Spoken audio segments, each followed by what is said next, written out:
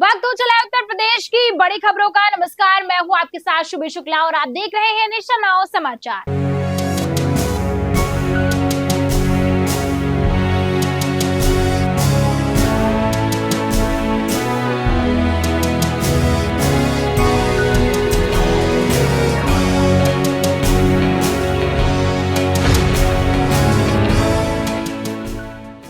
मैनपुरी में सांसद डिंपल यादव ने डॉक्टर भीमराव अंबेडकर जयंती कार्यक्रम में शिरकत की और बीजेपी सरकार पर हमला बोला।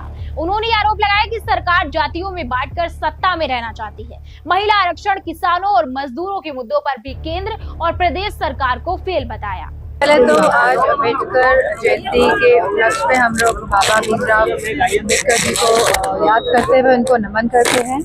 और आज हमने सबने प्रतिज्ञा ली है कि बाबा साहब भीमराव जी के जो संविधान है उसको पूर्ण तरीके से देश में कैसे स्थापित किया जाए, इस पे आज सबने हम लोगों ने यहाँ पे शपथ ली है।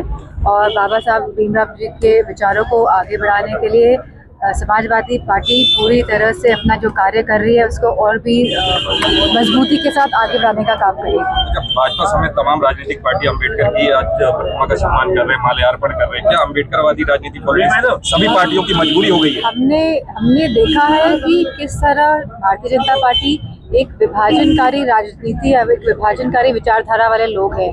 ये समाज में दरार पैदा करके सत्ता में बने रहना चाहते हैं। लेकिन जहाँ 85 यानी कि 95% लोगों की अगर बात करी जाए, जो हमारा पीढ़ी का परिवार है, जहाँ पिछड़ा, दलित, शोषित, अति पिछड़ा वर्ग सब लोग जिसमें सम्मिलित हैं, आज उनके बारे में ये लोग बात नहीं करना चाहते हैं। आज ये आरक्षण का अधिकार नहीं देना चाहते हैं। आज महिला बिल तो ला रहे हैं, लेकिन अगर हम कह रहे हैं कि इसमें ओबीसी यानी कि पिछड़ी महिलाओं का और अल्पसंख्यक महिलाओं का भी अधिकार दीजिए, तो वो लाने के लिए तैयार नहीं है। तो कहीं ना कहीं भारतीय जनता पार्टी केवल सत्ता में बने रहने के लिए आज जो सम्मान दे रही है वो बाबा साहब भीमराव अम्बेडकर जी को दे रही है। अच्छा, महिला आरक्षण भी ला रहे क्योंकि हैं। हमने देखा 2024 के दौरान उन्होंने कहा था कि हम 400 सीटें पार कर लेंगे और संविधान बदलने की बात कही थी। और हमारे जो होम मिनिस्टर साहब है उन्होंने क्या कहा था अपने राज्यसभा के अंदर, उन्होंने कहा था कि बाबा भीमराव अम्बेडकर जी भगवान नहीं है। ये बात कही थी कि नहीं कही थी? तो इनके शब्दों से आपको इनकी जो मन की स्थिति है, जो इनके अंदर चित्त में है, वो बात समझ आती है। सरकार महिला आरक्षण बिल ला रही है और समाजवादी पार्टी उसके समर्थन में। वहीं सोनिया गांधी ने कहा है महिला आरक्षण से ज्यादा परिसीमन की जरूरत है। सही बात है, क्योंकि जब बिल पास हुआ था तो यही बात हुई थी कि हम भी इसी पक्ष में हैं। हम महिलाओं के विपक्ष में पार्टी नहीं है। समाजवादी पार्टी हमेशा महिलाओं के पक्ष में बात करी है। आदरणीय श्रद्धेय नेताजी से लेकर आप देख लीजिए, पंचायती राज में आरक्षण देने का काम महिलाओं को किसने करा था? आदरणीय श्रद्धेय नेताजी ने लेकर आए थे आरक्षण। तो मैं समझती हूँ, लेकिन हम चाहते थे कि जो आरक्षण है उसके अंदर भी आरक्षण हो। जहाँ हमारी दलित बहनों को, माताओं को आरक्षण मिल रहा है, वहीं हमारी पिछड़ी माताओं बहनों को भी आरक्षण मिले, और वही हमारी अल्पसंख्यक माताओं बहनों को भी आरक्षण मिले। क्योंकि कहीं ना कहीं कोई समाज अगर छूटेगा तो समाज पिछड़ेगा। लोगों को डिटेन किया गया है, 7 लोग गिरफ्तार किया गया है। लोगों ने अपना हक मांगा था वहाँ पर, क्योंकि ये लेबर लॉस के अंडर में आता है। और जहाँ ये लोग लगातार मांग कर रहे थे सरकार से, और सरकार ने जब इनकी मांगों पे ध्यान नहीं दिया, क्योंकि सरकार तो आंख मूंद के बैठ जाती है। जैसे मैंने पहले भी कहा है, कोई भी परेशानी अगर जनता को होती है तो सरकार या तो मौन धारण कर लेती है, अपनी आंखें मूंद लेती है। फर्रुखाबाद में 8 वर्षीय बच्चे के अपहरण का मामला सामने आया है। गांव का युवक मनोज बच्चे को पेप्सी पिलाने के बहाने घर से ले गया और मुंह में कपड़ा ठूस कर बंधक बना लिया। परिजनों की खोजबीन के बाद बच्चा बरामद हुआ। पुलिस ने आरोपी के खिलाफ मामला दर्ज किया है। चाचा, क्या नाम है आपको? गांव कौन सा है? क्या मामला है आपके जो नाती साहब? हमारे ये बच्चा खेल रहे थे वहाँ जी, मनोज पकड़ ली है। मनोज कौन से गांव? मनोज चौहान दुबरी के हैं। अच्छा, छोटे से भी रहता है।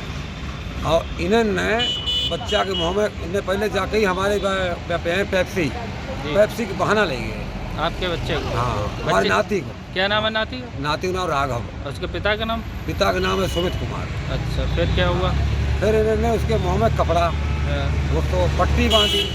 फिर किसी गाड़ी वाले को फोन भी करो तो जल्दी ले आओ गाड़ी, लेकिन वो बच्चा तब तक हमारे अगर बच्चा और मोहल्ला का संग ना हो तो जो बच्चा हमारा मिले नहीं।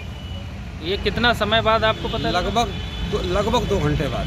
2 घंटे? हमारी बहू पूरे मोहल्ला में घूमत रही और सब लोगों ने बताई सबसे मुश्किल से बच्चा मिलो, अगर बच्चे को संग बच्चा ठेलते ना हो तो मिले नहीं। और ताते पहले भी मर्डर कर चुके हैं एक दो। तो आपने थाने में तहरीर दे दी? तहरीर दे दी, चौकी में भी दी, एसओ साहब को भी दी। एसओ साहब ने क्या बताया? एसओ साहब ने कहा ठीक कार्रवाई करूँगा। झांसी के वीरांगना लक्ष्मीबाई रेलवे स्टेशन पर गर्मी को देखते हुए निःशुल्क जल सेवा शुरू की गई है। मंडल रेल प्रबंधक की मौजूदगी में इसका शुभारंभ हुआ। इस पहल से यात्रियों को भीषण गर्मी में राहत मिलेगी और स्टेशन पर बुनियादी सुविधाओं में सुधार देखने को मिलेगा। मैनपुरी में शिवपाल यादव एक कार्यक्रम में पहुंचे जहां उन्होंने बीजेपी सरकार पर तीखा हमला बोला। उन्होंने सरकार को दलाल और लुटेरी बताते हुए कहा कि ये पूंजीपतियों के इशारे पर काम कर रही है, साथ ही किसानों के साथ धोखा करने का भी आरोप लगाया है। झांसी के मेन बाजार में मारपीट और हंगामे के बाद पुलिस ने सख्त कार्रवाई करते हुए 8 उपद्रवियों को गिरफ्तार किया है। गैस सिलेंडर विवाद से शुरू हुआ मामला बढ़ गया। सभी आरोपियों को कोर्ट में पेश किया गया। शहर में शांति बनाए रखने के लिए पुलिस सतर्क है। झांसी जिला अस्पताल के औचक निरीक्षण में अव्यवस्थाएं सामने आई हैं। अपर मुख्य सचिव डॉक्टर अमित कुमार घोष ने डॉक्टरों की कमी, गंदगी और लापरवाही पर नाराजगी जताई है। उन्होंने मरीजों को बाहर की दवा न लिखने और व्यवस्थाएं तुरंत सुधारने के सख्त निर्देश दिए हैं। एटा मेडिकल कॉलेज के डॉक्टर मुकेश परमार का अभद्रता और धमकी का वीडियो वायरल होने के बाद स्वास्थ्य विभाग ने बड़ी कार्यवाही की है। डॉक्टर को सेवा से बर्खास्त कर दिया गया। वीडियो में वह तीमारदार और पत्रकारों से बदसलूकी करते नजर आए थे। झांसी के रक्सा थाना पुलिस ने अवैध शराब के खिलाफ कार्रवाई करते हुए एक महिला को 10 लीटर कच्ची शराब के साथ गिरफ्तार किया है। आरोपी के खिलाफ आबकारी अधिनियम के तहत केस दर्ज किया गया है और आगे की कानूनी कार्यवाही जारी है।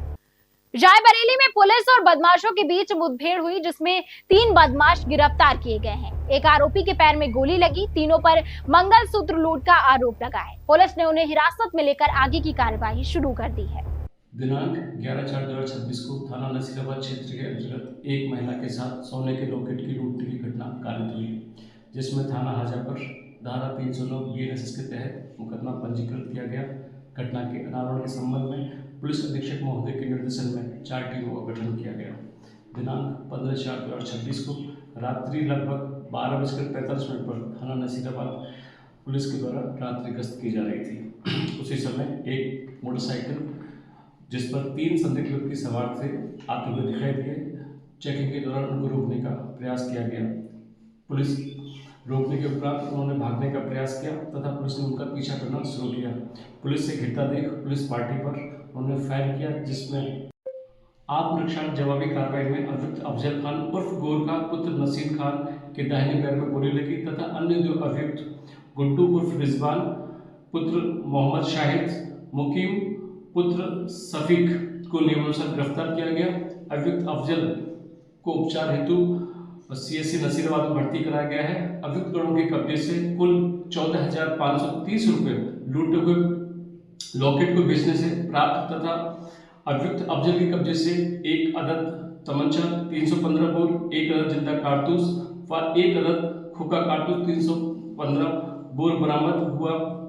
इस संबंध में थाना नसीराबाद पर अग्रिम विधिक कार्रवाई की जा रही है। IAS अधिकारी समीर वर्मा पिछले 6 महीनों से बिना अनुमति छुट्टी पर हैं और नई पोस्टिंग ज्वाइन नहीं की है। शासन ने इसे गंभीरता से लेते हुए उनके खिलाफ विभागीय कार्यवाही शुरू कर दी है। उन्होंने स्टडी लीव मांगी थी, जिसे मंजूरी मिली थी। ग्रेटर नोएडा में ग्राहक बनकर आए बदमाश ने ज्वेलर की आंखों में स्प्रे मारकर 5 सोने की अंगूठियां लूट ली। घटना CCTV में कैद हो गई है। आरोपी ने अंगूठियां पहनकर फोटो भेजने का बहाना बनाया और फिर वारदात को अंजाम दिया। नोएडा में DM मेधा रूपम ने आउटसोर्सिंग एजेंसियों को चेतावनी दी है कि उपद्रव की स्थिति में उन्हें ब्लैकलिस्ट किया जाएगा। श्रमिकों के न्यूनतम वेतन और अधिकारियों का पालन सुनिश्चित करने के निर्देश दिए गए हैं। अफवाहों से बचने और औद्योगिक शांति बनाए रखने की अपील की गई है। चित्रकूट में 17 वर्षीय छात्रा की मौत के बाद परिजनों ने गंभीर आरोप लगाए हैं। उनका कहना है कि पहले उसके साथ दुष्कर्म हुआ और कार्यवाही न होने की वजह से मानसिक तनाव में थी। पुलिस पर लापरवाही के आरोप लगे हैं। मामले की जांच जारी है। नोएडा पुलिस ने फर्जी वीडियो फैलाने के आरोप में कई लोगों पर केस दर्ज किया है। पुराने वीडियो को नोएडा का बताकर सोशल मीडिया पर वायरल किया गया। पुलिस का कहना है कि इससे लोगों में डर और अफवाह फैलाने की कोशिश की गई है। मायावती ने महिला आरक्षण विधेयक का समर्थन किया, लेकिन SC, ST और OBC महिलाओं के लिए अलग कोटा की मांग रखी है। उन्होंने कहा कि 33% आरक्षण जल्द लागू होना चाहिए। हालांकि बसपा 50% आरक्षण की पक्षधर रही है। मुरादाबाद में जमीन विवाद में एक भाई ने दूसरे भाई की पीट कर हत्या कर दी। हमले में पत्नी और सास भी घायल हुई है। घटना का वीडियो वायरल है। पुलिस ने मामला दर्ज कर आरोपियों की तलाश शुरू कर दी है। कानपुर में किडनी रैकेट का खुलासा हुआ, जिसमें कोड वर्ड और हाईटेक नेटवर्क का इस्तेमाल किया गया। मास्टरमाइंड रोहित ने गरीबों को फंसाकर अवैध ट्रांसप्लांट कराया। पुलिस ने गिरोह का भंडाफोड़ किया। कई आरोपी अभी भी फरार हैं। झांसी में चलती बस में आग लगने से अफरा तफरी मच गई। ड्राइवर की सूझबूझ से 30 से ज्यादा यात्रियों को सुरक्षित बाहर निकाला गया। डीजल पाइप फटने से आग लगी थी। समय रहते आग पर काबू पा लिया गया और बड़ा हादसा टल गया। बस्ती में एम्बुलेंस में प्रसव के दौरान गंभीर लापरवाही का मामला सामने आया है। नवजात की मौत के बाद जांच के आदेश दिए गए हैं। स्वास्थ्य विभाग की टीम मामले की जांच कर रही है और दोषियों पर कार्यवाही की बात कही गई है। ग्रेटर नोएडा में प्राइवेट यूनिवर्सिटी कर्मचारी वेतन वृद्धि और ओवर टाइम भुगतान की मांग को लेकर धरने पर बैठ गए हैं। कर्मचारियों ने प्रबंधन पर शोषण का आरोप लगाया और मांगे पूरी न होने पर आंदोलन तेज करने की चेतावनी दी है। कानपुर में सट्टेबाजी रैकेट का भंडाफोड़ हुआ है। गिरोह चलती गाड़ियों से ट्रांजैक्शन करता था और पार्सल से क्राइम किट मंगाता था। पुलिस ने कई सिम, डेबिट कार्ड और दस्तावेज बरामद किए हैं। मामले में कई आरोपी गिरफ्तार किए गए हैं। कैंट क्षेत्र में बंद दुकान के अंदर महिला का शव मिलने से सनसनी फैल गई है। 3 दिन से दुकान बंद थी और बदबू आने पर पुलिस को सूचना दी गई थी। शव को पोस्टमार्टम के लिए भेजा गया है और मौत के कारणों की जांच जारी है। टाटा मोटर्स ने लखनऊ प्लांट से 10 लाखवां वाहन लॉन्च किया है। सीएम योगी आदित्यनाथ ने इसे यूपी के औद्योगिक विकास का प्रतीक बताया है। उन्होंने कहा कि प्रदेश अब निर्यात और निवेश का प्रमुख केंद्र बनता जा रहा है। 14 साल से फरार 50,000 के इनामी आरोपी को एसटीएफ ने गिरफ्तार किया है। आरोपी ने अपनी भांजी के पति की हत्या की थी और पुलिस कस्टडी से फरार हो गया था। लंबे समय से पहचान बदलकर रह रहा था। कानपुर के 38 गांवों के किसान चकबंदी के कारण खतौनी न मिलने से फार्मर रजिस्ट्री नहीं करा पा रहे हैं। इससे वे एमएसपी पर गेहूं बेचने से वंचित रह सकते हैं। प्रशासन समाधान के प्रयास कर रहा है, लेकिन समस्या अभी भी बनी हुई है। तो ऐसी ही खास और बड़ी खबरों के लिए बने रहिए हमारे साथ और देखते रहिए नेशन नाउ समाचार।